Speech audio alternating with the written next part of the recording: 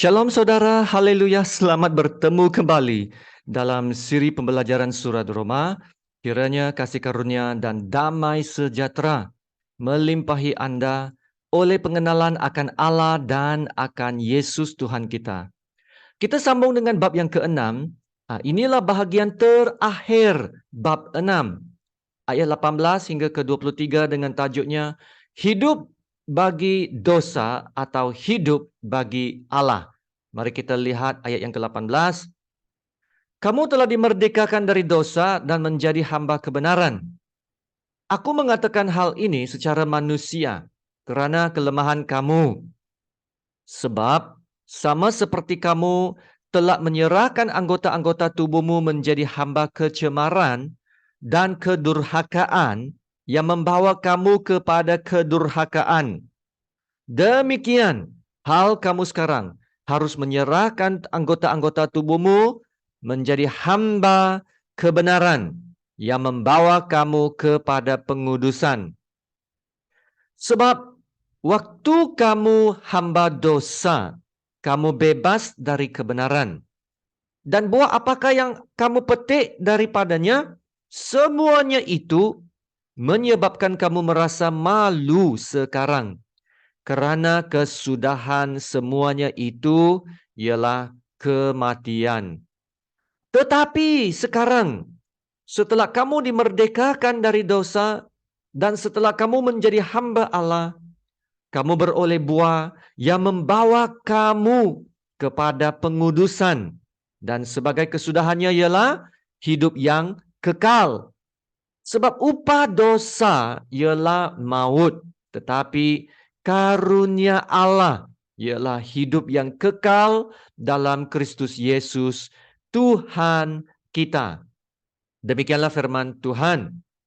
Dalam bab 6, Paulus mengatakan, kalau kita telah dimatikan bagi dosa, maka janganlah jadi hamba dosa lagi. Itulah tema utama bab 6. Nah, kita telah dibaptis bersama Yesus, yaitu telah disatukan dengan Yesus. Kita telah menjadi manusia baru, ciptaan baru, ya. Maka jangan hidup dalam dosa lagi. Maka sama ada kita hidup bagi Tuhan atau hidup bagi dosa. Dan dalam hal ini, Paulus memberi satu prinsip yang sangat penting. Ya, saya baca ayatnya dulu, yaitu dalam ayat yang ke-16. Apakah kamu tidak tahu bahwa apabila kamu menyerahkan dirimu kepada seseorang sebagai hamba untuk mentaatinya, kamu adalah hamba orang itu yang harus kamu taati, baik dalam dosa yang memimpin kamu kepada kematian maupun dalam ketaatan yang memimpin kamu kepada kebenaran. Nah, prinsipnya adalah ini. Ini prinsip yang sangat penting. Kamu menjadi hamba kepada siapa kamu taati. Itulah prinsipnya, ya. Kalau seseorang itu mau hidup berbuat dosa, maka dia akan menjadi hamba kepada dosa. Dosa menjadi tuannya. Ya. Kalau seseorang itu mau hidup dalam ketaatan, melakukan perbenaran, maka dia akan menjadi hamba kepada perbenaran. Dan perbenaran akan menjadi tuannya. Itulah prinsipnya. Anda menjadi hamba kepada siapa Anda taati. Nah, hari ini kita lihat apakah kesan yang terhasil dari kedua-dua kehidupan tersebut, ya, yaitu apakah kesannya hidup yang berbuat dosa dan hidup dalam ketaatan. Ayat 19 sekali lagi, aku mengatakan hal ini secara manusia kerana kelemahan kamu. Sebab sama seperti kamu telah menyerahkan anggota-anggota tubuhmu menjadi hamba kecemaran dan kedurhakaan yang membawa kamu kepada kedurhakaan. Demikian hal kamu sekarang harus menyerahkan anggota-anggota tubuhmu menjadi hamba kebenaran yang membawa kamu kepada pengudusan. Sebab waktu kamu hamba dosa, kamu bebas dari kebenaran. Ya saudara, apakah kesannya hidup yang berbuat dosa? Yang pertama, dosa adalah perhambaan. Nah, seperti mana Paulus mengatakan, kita menjadi hamba kepada siapa kita taati. Kalau kita hidup bagi dosa, kita menjadi hamba kepada dosa. Nah, inilah perhambaan yang harus kita tolak. Tolak perhambaan ini. Dosa membawa kepada perhambaan. Nah, janganlah kita mengingini perhambaan ini. Ya, dosa akan memperhambakan kita untuk terikat atau ketagi kepada sesuatu yang boleh merosakkan akhlak, ya, merosakkan moral dan malah kesihatan kita sendiri. Ya, contohnya pornografi, ya. Kalau seseorang itu telah ketagih pornografi, maka pemikirannya, perasaannya akan diikat dan dipengaruhi oleh apa yang dilihatnya. Dan dia tahu bahwa semua itu adalah salah. Dia tahu salah dan tidak membawa faedah. Malah dia akan membenci diri sendiri karena tidak dapat mengawal diri, tidak dapat mengawal pemikirannya, ya, tidak dapat mengawal nafsunya. Nah, inilah orang yang ketagih pornografi, ya, tak dapat mengawal pemikiran, perasaan, nafsunya. Ya, dia mau bebas, tapi dia sudah ketagih.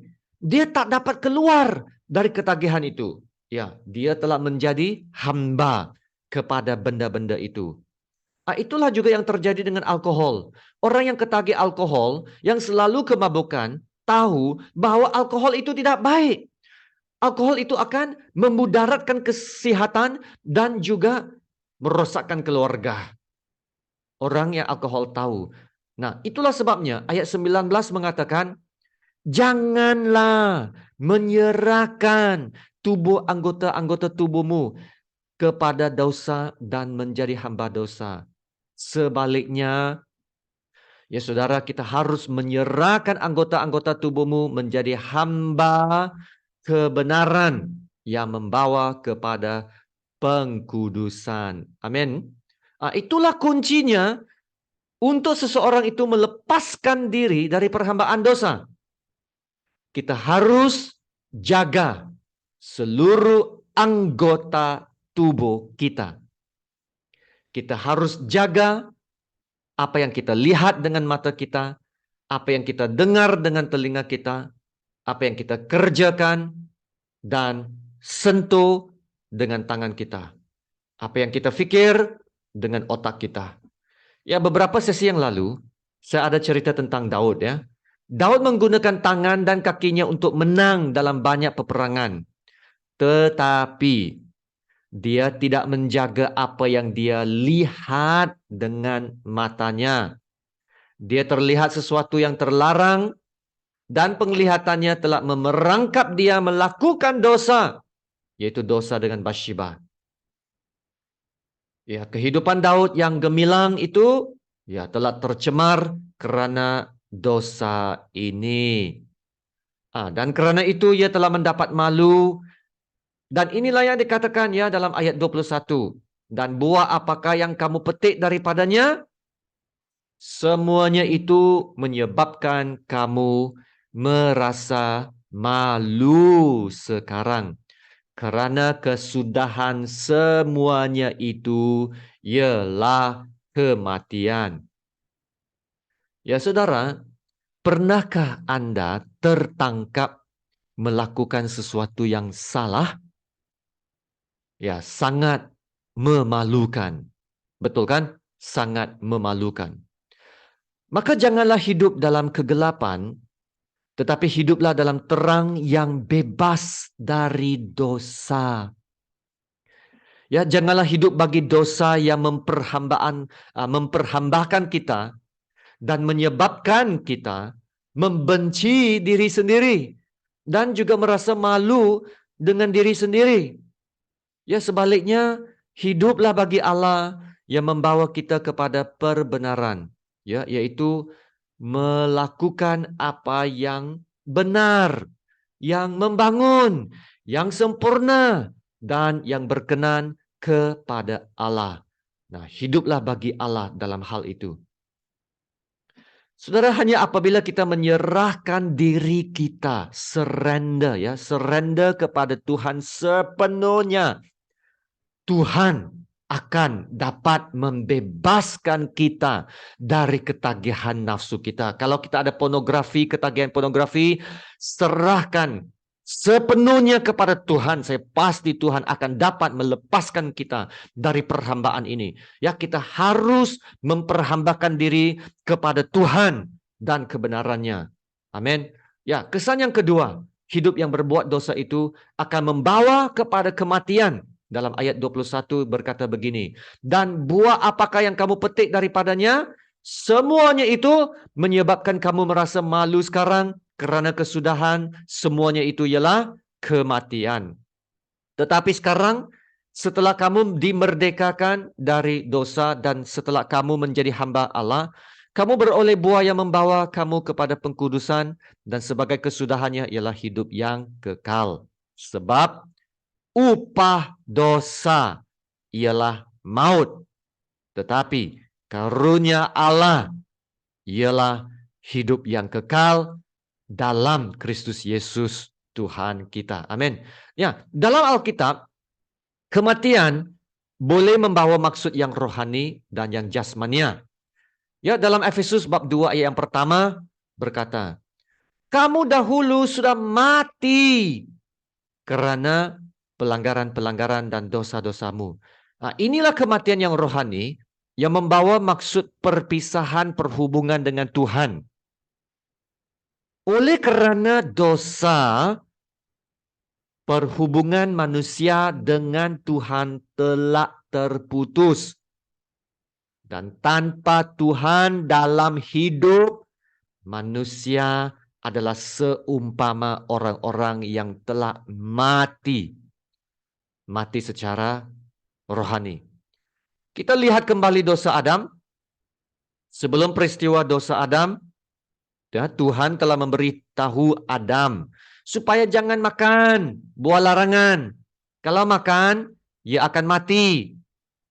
Tapi bila Adam dan Hawa makan buah larangan itu, mereka tidak segera mati. Tapi saya percaya Adam dan Hawa telah mengalami kedua-dua kematian yang rohania dan jasmania. Yang rohania karena mereka telah dihalau keluar dari Taman Eden, perhubungan mereka dengan Tuhan telah tercemar dan mereka terpisah dari Tuhan. Ini satu perkara yang sangat sedih. Nah, kematiannya juga adalah jasmania. Jasmania, ya, karena dalam bab 5 sebelum ini mengatakan sejak Adam berdosa, maut telah menjalar kepada semua manusia. Nah, akhirnya Adam mati juga apabila sudah tiba masanya. Nah, kembali kepada Roma ayat yang ke-23 mengatakan ini, ya, upah dosa adalah maut. Upah dosa adalah maut. Paulus mengambil satu perkataan yang menarik, yaitu upah. Nah, upah adalah apa yang kita terima karena sesuatu yang kita usahakan. Nah, upah akan bertambah apabila semakin banyak kita melakukan sesuatu pekerjaan. Dan Paulus berkata, upah dosa adalah maut. Bermaksud, kalau kita buat dosa, kita akan menerima balasannya, yaitu maut, karena upah dosa adalah maut. Kesannya ialah maut. Nah, Paulus menyatakan hal yang sama dalam Galatia bab 6 ayat 7. Jangan sesat. Allah tidak membiarkan dirinya dipermainkan. Karena apa yang ditabur orang, itu juga yang akan dituainya. Sebab barang siapa menabur dalam dagingnya, ia akan menuai kebinasaan dari dagingnya. Tetapi barang siapa menabur dalam roh, ia akan menuai hidup yang kekal dari roh itu. Galatia bab 6 ayat 7 dan 8. Kalau kita hidup bagi dosa, kita akan menuai apa? Kita akan menuai buah kebinasaan. Ya, yaitu semakin kita hidup berbuat dosa, maka semakin besar kuasa maut akan bekerja dalam hidup kita. Nah, yaitu kita akan mati sedikit demi sedikit setiap hari. Ya, dosa itu seperti penyakit dalam tubuh kita, ya. Kalau tidak dirawat, maka ataupun tidak mendengar nasihat dokter, ya, tidak mau makan ubat. Nah, penyakit itu akan bertambah teruk. Ia akan jadi seperti kanser, ya, yang merebak dari satu bahagian badan kepada bahagian badan yang lain dan mematikan organ-organ dan sel-sel, ya, dalam badan pesakit dan seterusnya akan mati, ya, sedikit demi sedikit menuju kematian. Ya, begitulah juga dengan dosa, ya. Dosa akan membinasakan hidup kita dengan perhambaannya, dengan ketagihannya, dengan merosakkan akhlak dan moral kita, ya, membinasakan prinsip hidup kita sehingga kita tidak dapat menolong diri sendiri karena sudah hilang segala kompas, ya, kompas atau pegangan hidup. Ya, apabila pegangan hidup menjadi lemah, kita senang digodai dan dijatuhkan. Ya, dan kita tidak dapat kawal dirilah dan mulai membenci diri sendiri. Ataupun mungkin juga dibenci orang lain atau tidak disenangi orang lain. Nah, inilah yang saya maksudkan.